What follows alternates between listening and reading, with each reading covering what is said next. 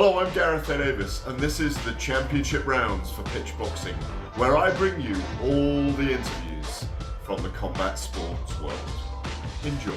Well, it says Billy the Kid, Billy Davies here. Wow, it's been a long career, an extraordinary life. We'll go into this in a minute, but first of all, can I say, Billy, it's great to see you. It's great to know as well that your cancer is in remission.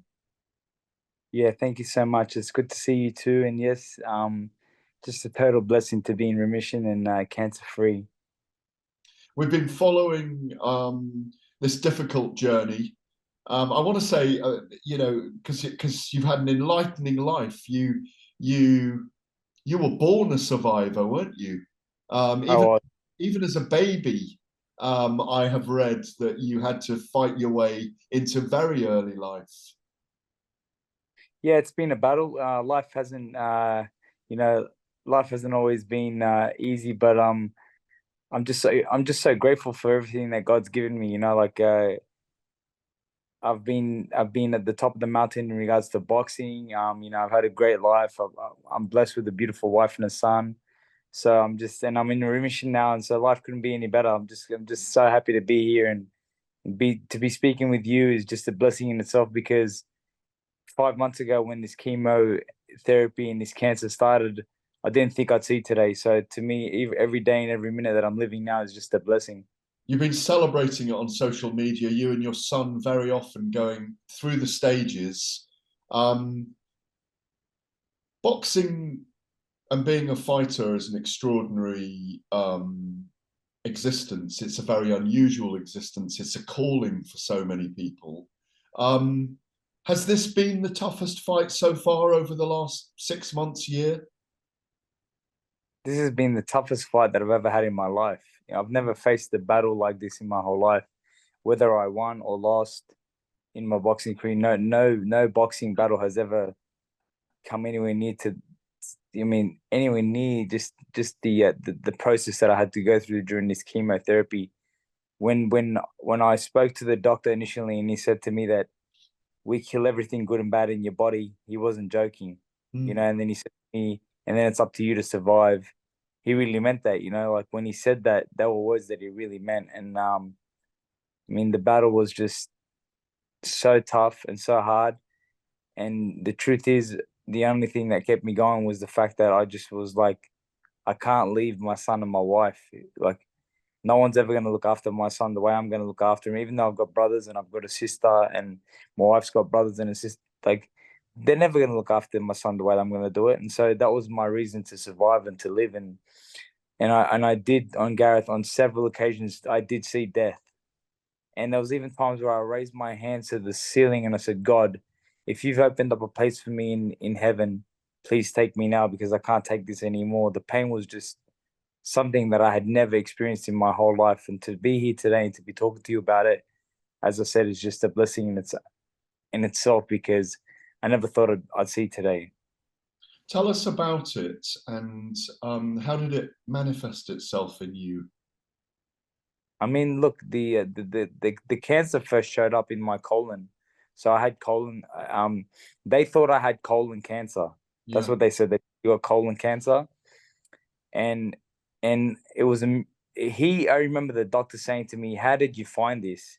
Because this is something that goes undetected for years." And I said, "I was in the gym, and I took a body shot, and I felt a pain in my body, not a winding pain." But I felt like a stabbing pain, something that I'd never felt before. And I thought that maybe I ruptured something in my stomach or because there was an excruciating pain. And I kept on going through the pain. And then that evening I was in extraordinary pain and I was dealing with a lot of trauma. And I thought to myself, this is not good. And I took medication to help myself go to sleep. And then the following day in the morning, I rang my wife because she was out swimming with my son. And I said, "Look, don't be alarmed, but I'm ringing an ambulance. I got to go to the hospital. I'm not in a good way at all." Mm. And I went to the hospital, and I mean the way the hospital treated me with such neglect was just absolutely horrifying, and they basically, filled me up with morphine and sent me home. And obviously, as you know, morphine takes the pain away. So basically, I felt like there was nothing wrong anymore. But then when the morphine wore off and the pain kicked back in, I was in a place of hurt once again. And the following morning, I woke up and I told my wife, I said, I don't think I'm going to see tonight. There's no way that I can make it to tonight. I'm just not in a good way at all. And thankfully, my brother Muhammad, who is very good friends with the doctor by the name of Dr. Pran, who is a hematologist and a doctor who specializes in, I think it's stomach cancer or something like that. He was like, "Listen, I know you're a professional fighter, and I know that you're a tough cookie. And if you're complaining about pain, then you're definitely in pain." So he Absolutely. goes, "Get in a car right now and go to Norwest Private Hospital, and I'm gonna have friends there look at you." And when I got there, they took me serious, and they basically ran all the scans, and they did an ultrasound, they did a CT scan, and then they did an endoscopy, and they found exactly what I was saying, that there was something in my stomach like that I felt was growing in my stomach, and they found a 5 centimeter tumor. They cut a 9 centimeter diameter out around the tumor, and so obviously I was just in such relief. And they sort of discussed with me that, hey, look, we might need to do a bit of chemotherapy, and I was totally against. I was like, look, I'm not doing no chemotherapy, absolutely not. I said I'll do everything else but the chemotherapy. I don't want that, because I'd been reading up about what chemotherapy does to you, Mm. and the side effects, and the experiences that you go through when doing chemo, and I was like, I'm absolutely not having any of that. And so then once they sort of got the feel that I wasn't going to do it, they sort of backed off and let me be. So, well, look, just recover, and when you're ready, you can go home. So I went home 7 days after the operation to remove the colon cancer, and exactly 7 days later, after going, so it was 2 weeks after the operation, 7 days after going home, I was once again, Gareth, in the most excruciating pain. Mm. I'd never experienced pain like this in my abdomen. I was like, there is something wrong. Like there must be another cancer going in my stomach, because this is just I can't even explain what I was feeling. And my wife contacted the hematologist, and he said, look, I'm really sorry, but we've misdiagnosed your husband. And he goes, I was hoping that we didn't have to see you till Monday, because I had an appointment to see the doctor on Monday. It was now Friday. And he said, look, you're going to have to rush him back to hospital. And she did just that. She rushed me back to hospital. And it was a battle from that point. They come in and they said to me, look, do you know what kind of cancer you have? And I said, I have no idea. I just don't understand what I have. I don't understand what you're saying. You guys have misdiagnosed me. Well, what's going on? And he said, look, you've got a very rare cancer called non-Hodgkin's lymphoma cancer. It's a It's very rapidly, virulent, isn't it? Very yeah. virulent. Yeah, yeah, He's basically said that yeah. the fact that you're feeling the way you're feeling, yes, I believe you're probably riddled with the cancer right now. And an indicator is that you probably got about 6 months to live. And I was like, 6 months? Wow. And then I'm a pretty religious person, so I just said to him, look, thank God, I appreciate you telling me everything. And I said to him, but you're not God. You can't tell me that. You can't tell me that I've got 6 months to live. Only God can take me. And I go, like, he was like, well, listen, I'm not God, and I'm not saying that I am God. He goes, but what I am going to tell you is that I'm a hematologist, and I've studied this for many, many years. And I'm telling you now, the indicator is that you've got about 6 months to live. And I was like, well, in our faith, they say tie your camel. So I'm going to tie my camel right now, because I got a 3-year-old son that needs me to take him to school in 2 years' time. What do I got to do? And he basically said to me, you got to start chemotherapy yesterday. And I was like, well, I'm on board then. And he goes, so you want to do the chemo? And I said to him, look, man, it ain't about me anymore. It's about my son. This is about something far greater than me. And when in life, when you're doing something for something that's far greater than yourself, you will always succeed. And the fact that I was doing it for my wife and my son, I was like, I can't leave these people. I can't leave my wife and my son to fend for themselves. What kind of a man would I be? So I'm going to do everything that it takes. no matter how painful the process was going to be, I was like, I'm going to go through it because I need to do that for them. And that's exactly what I did. I went through this process, and I saw death on 4 or 5 occasions during the time of chemotherapy. But I always remained steadfast and in the belief that God was going to get me through it, because I had basically said, God, I surrender to you. I know that you're the best of planners. So God, please look after me, because I want to be there to look after my wife and my son. I'm going to go through this for them, and I'm going to go through this for my family, because I don't believe that they deserve to bury me just yet. I don't want to put them through that. Were there, when you say those 4 or 5 moments, wow, it's very emotional listening to it, Billy. In those 4 or 5 moments where you said you faced death, did you feel that in those moments your spirit was guiding you to a place when you're in that, saying, I'm not going, and your spirit took over, as well as your fitness as well, I imagine? Yeah, I mean, look, that was the blessing in itself, is that I went into hospital in such good shape, because Yeah. when I went into hospital, I was 68 kilograms, which is about 154 pounds. And when I walked out of the hospital, I was about 127 pounds. So you went from middleweight to bantamweight, basically. Featherweight, back to featherweight. Back to feather, sorry, to feather, I sorry. was I was back to my championship weight, and I was frail as anything. I was so frail, and I was just clinging onto life by a thread. I really was clinging on by a thread, and I was so grateful that after being in the hospital for 28 days, you know, that I was able to go home and spend some time with my wife and my son. I begged God, I begged him for just a little bit of time with my family, and you know, through the grace of God, I ended up back home for like 12 days, and I got to spend 12 days with my wife and son, and I just tried to be as strong as I could be. I tried to be as patient as I could be during that time, and I just wanted to show my son that I loved him so much. And I did. I was so grateful to be there for my wife and my son for them 12 days when I first left the hospital, because after not being with them for nearly 4 weeks, all I wanted was just a little bit of time with them, and God gave me that, and I was so grateful for that. 18-year pro career. I mean, in terms of world title fights, it's probably something like 10 if I include the IBO and all those other belts. But obviously, IBF was very prevalent in your career. Is there? I mean, I don't want this to sound like a stupid question. I mean, you last boxed, I think it was May last year, wasn't it? March last year. March. Do you, at 37, have any aspirations now to get your body back to actually box again, or is that a silly question? When I was in hospital and I was on the brink of, I think, death, my father, he'd been telling me for years that I want you to retire. He'd been saying to me for years, I want you to retire.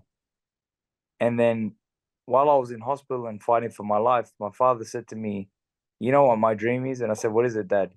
He goes, my dream is to see you have one more fight. Wow. And I was like, Dad, I said, Dad, I'm in the fight of my life right now.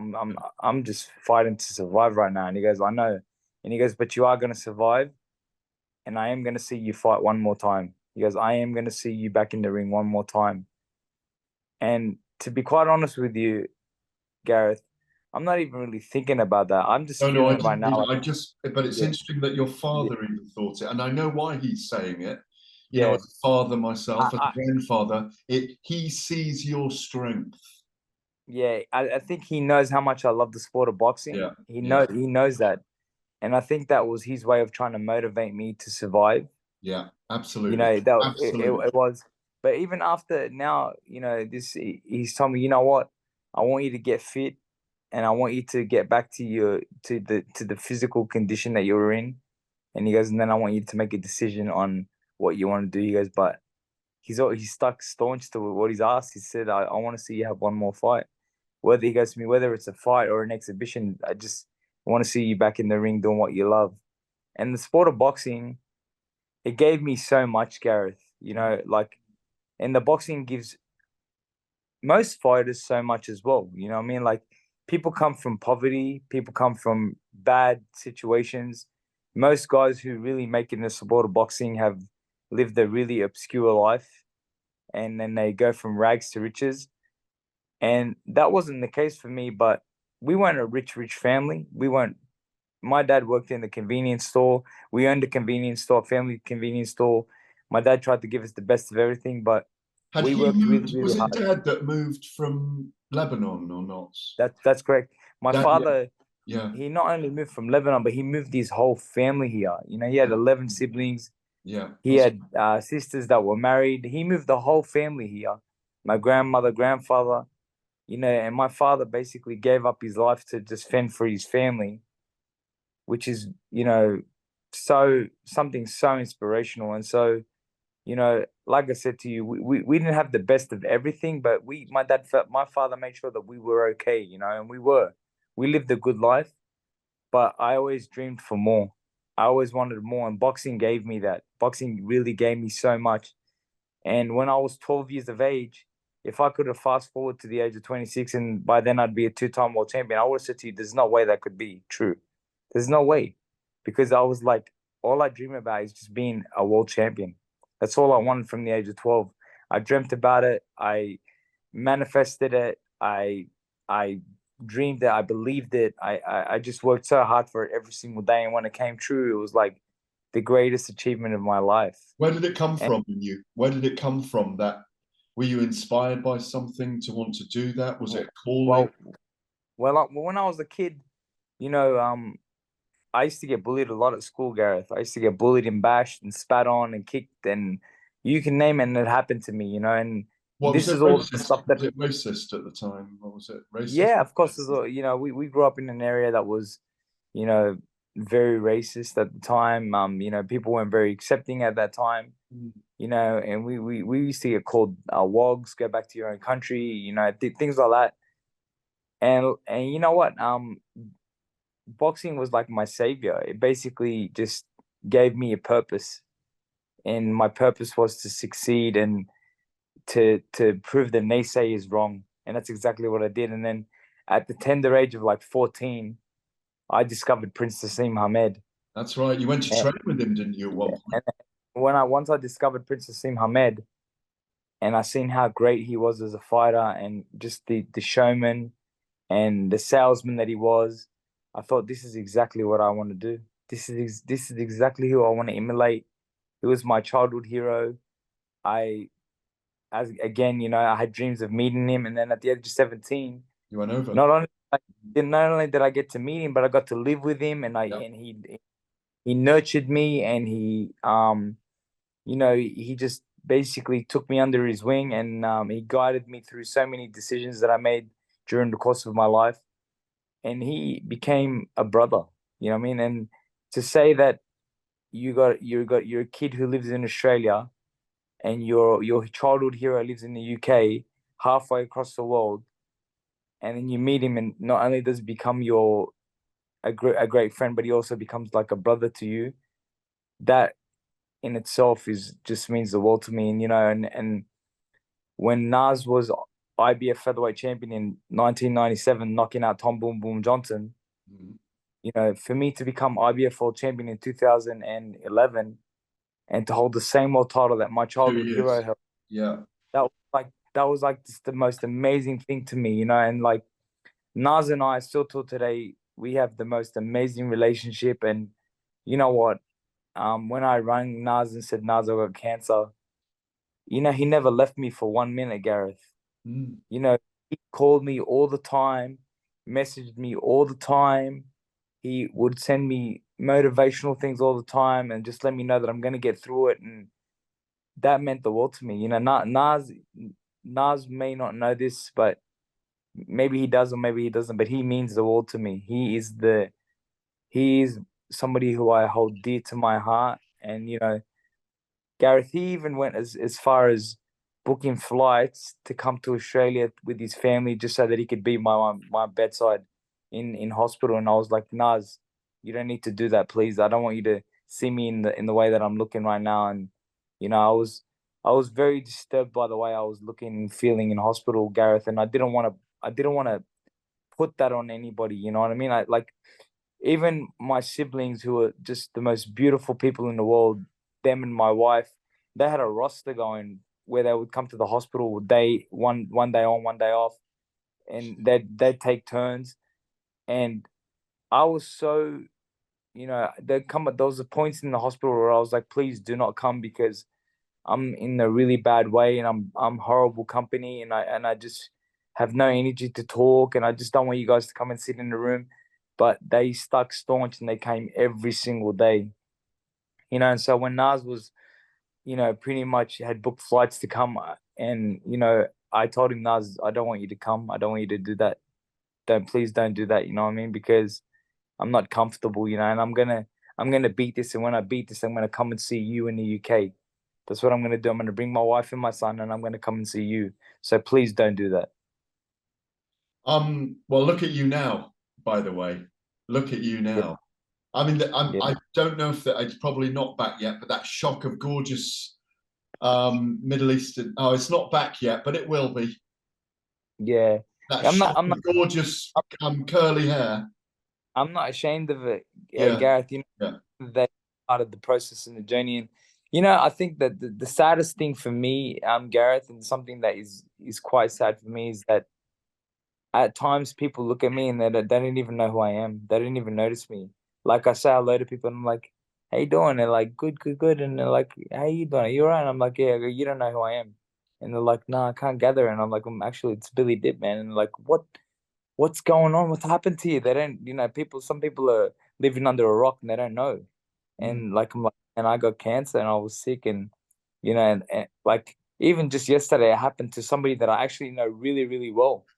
He's an older man, and he saw me, and I'm like, "Hi, uncle, how you doing?" And he's like, "Yeah, good, thanks. How are you?" And I'm like, "I'm good." I'm like, "You don't notice who I am, man?" And he goes, "I don't." And I go, "It's Billy Dib." And he goes, "What happened to you, uncle? What happened to you?" And I was like, "I got cancer." And he broke down and started crying. And I was like, "Don't cry," because I said, "I got good news for you. I'm in remission, man. I beat the cancer. I go, with God's permission, I beat this cancer." And he was like, "Oh, praise to God." And he started hugging me and kissing me, and he couldn't believe it. But people have a thing, Gareth, when they see you looking the way that I'm looking right now, they stare. People have a staring issue, you know what I mean? And sometimes that bothers you, but at times I'm just like, man, look, at the end of the day, Gareth, I've gotten to the point now in my life where I'm just so grateful to be here today. And the fact that God's given me more time to be there for my son, that's the biggest blessing of all. And I'm just so grateful for that. You listen, you're 37 years young. I'm sure you're putting weight on again already. You're probably going to be back in training soon. I'm sure you're not at the moment, but I bet you will be soon because you can't, your spirit is, and your physique has got you through this, and your desire. And I'm sure as, it's day by day, isn't it? And, you know, I'm sure when we see you in a month's time or 2 months' time, you're going to be, here's a video of you running. Here's a video of you back on in the gym doing circuits. Here's a video of you with the gloves on. And I know, and when something like this happens where you face your own mortality, every day is more special, isn't it? You know? Yeah, it definitely is. Look, right now, I'm not I don't even have a second to waste, Gareth.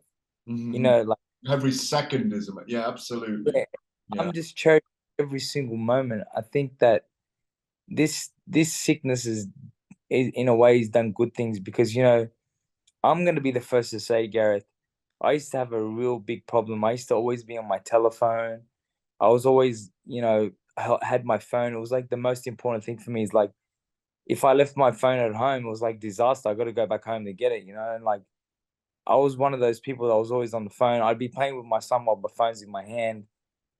And then I got sick and I was like, became so detached from my phone, which was the most amazing thing. Like, yeah, I would put up a post here and there on social media, but I became really detached. My phone's been on silent ever since I went into hospital 5 months ago, or 5.5 months ago. I put my phone on silent, no buzzer, no ring. I'm like, if I see the call, I see. If I don't see it, I don't see it. I'm not worried anymore. And now when I'm with my son, my son used to say to me, "Dad, put your phone down." My son will never have to say that to me ever again, because I now know what the most important thing in my life is, and that's my son and my wife. And I'm going to give them all of my time. And when I have some spare time, then I will look at the phone and I'll return messages and stuff. But for now, I'm so just grateful for time, because time is something that we will never get back. Gareth, no matter what I do, you do, the whole world does, we can't even bring the last minute that passed back. No, It's that's gone for true. life. That is History so books true. forever. And life is so precious, and we're never going to get our moments back. And for me, the fact that this doctor said to me, "You got 6 months to live," and then I'm still here today. Like, if he said to me, "You got 6 months to live," I should be getting ready to die very soon. And God gave me time to rectify every single problem that I had in my life. I got to rectify issues that I had with people. I mended every broken relationship. I visited aunties that I haven't visited in years. I've reconnected with every single person who meant something to me, and I have mended all my relationships. God allowed me to put all my business affairs into place. So I'm just so grateful for everything that I have in my life right now, and the most special thing that I have is time, and I'm just grateful for that right now. That's all we have, isn't it? Our time and our love and all those things. I mean, I don't want to take too much of your time now, and so I feel very privileged to have some of your time and to share it with other people and to listen to you. It's very inspiring. Um, Before I ask you about your book that you've got out, um, just pick, as you know, we're in the boxing world, you and I. What's the highlight for you of your career? I would definitely say the highlight of my career, um, you know, as a young boy, I'm gonna say this, and this is not to sound corny or anything like that. I met the likes of Oscar De La Hoya, Shane Mosley, Mike Tyson, Winky Wright, Arturo Gatti. I Yeah, met some really great champions. But the highlight of my childhood was definitely meeting Princess Ahmed. It was the most amazing moment of my life. I remember walking into his gym as a 17-year-old and seeing him standing next to the bag. I broke down into tears and just cried because I couldn't believe that I was actually with the prince. I I couldn't remember believe, that period. I do remember that period because obviously I was covering his career then as well. Yeah, I yeah. do remember that. Yeah. So, I was so happy, and even though at that time he was like 2 years retired, I didn't care. It was the fact that I was meeting him. I was like, Yeah. the fact that I had a chance to hug him and tell him how much he meant to me, that was probably the you know, most amazing moment of my childhood career. But as a professional, turning professional, the one of the most special moments in my life, and something that I could never turn, and like, is was just my reign as world champion, as Yeah. IBF world I'm looking at champion. that now. Obviously, winning against Jorge La Cierva, Yeah, and my then first. Servide Eduardo Escobedo. Yeah. Yeah, like that was just the moment. Like that time in my life was just, I was on an absolute high, and living my absolute dream, and I wouldn't have it any other way. It was just the most amazing thing. But then to top it all off, what I mean, life continues on, and then finally the birth of my son. That must go down as the greatest moment of my life. That's the greatest that And when my son was born, everyone was like, "Oh, Billy's gonna cry," whatever. I just smiled because I was like, I cannot believe that I finally have a son. I've got a child in the world that is mine, and I'm gonna nurture this kid, and I'm gonna be there for him every single day. That's the thoughts that was going through my head. And then, you know, God gives you this, this sick, whatever. And I'm just so glad, I'm just so glad that I'm here, and just. Maybe I can make a suggestion. If you're going to have an exhibition bout, maybe it's with Nassim Hamed and Prince Nassim, and you get him back down to, I don't know, maybe light middleweight or middleweight or something. But I'm just saying that he'll probably, when he sees me, he'll probably have a go at me over that. But that would be the most amazing exhibition. I'll tell you But something. it would be You know incredible. what? Listen, I think Nas, if I spoke to Nas and said, Nas, I need you to do that for me, and you and I are going to do it in Saudi Arabia, and we're going to make a ton of money, I think he'd do that for me. But you know what? I just I have so much love and respect for Nas. Yeah. I couldn't It's very clear. It's very clear. I couldn't lay a glove on him. That's how much I love on him. I love him. Exhibition, just a Yeah, little, yeah. you know. I know. But let's be honest, Nas can crack, you know what I mean? And sometimes in an exhibition, you might end up getting caught with a shot that was an accident and get hurt, you know? No. So nah, but look at like I'm Nas's kids are boxing now, you know. Nas's kids are like deep in the sport now. Sammy and Adam and his Yes. son Soul. You know, I'm just excited to see the second coming of the Prince. I think these kids are they're gonna be great. You know what I mean? They're gonna be fun to watch. You know, Adam and Sol and Sammy are really taking it serious, and I think they got big shoes to fill, but I think they're gonna be okay. Look, final thing, and it's an absolute privilege and a pleasure and an honor to speak to you today. It really is, to take up half an hour of your time. Your book's out.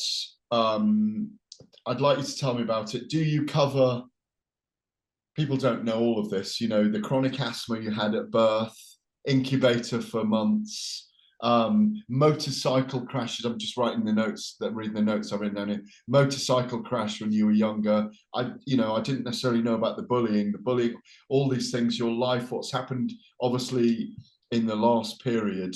Tell us about the book, what it's called, and are you detailing all these things in there? Is it your entire life? This book basically uncovers everything in my life.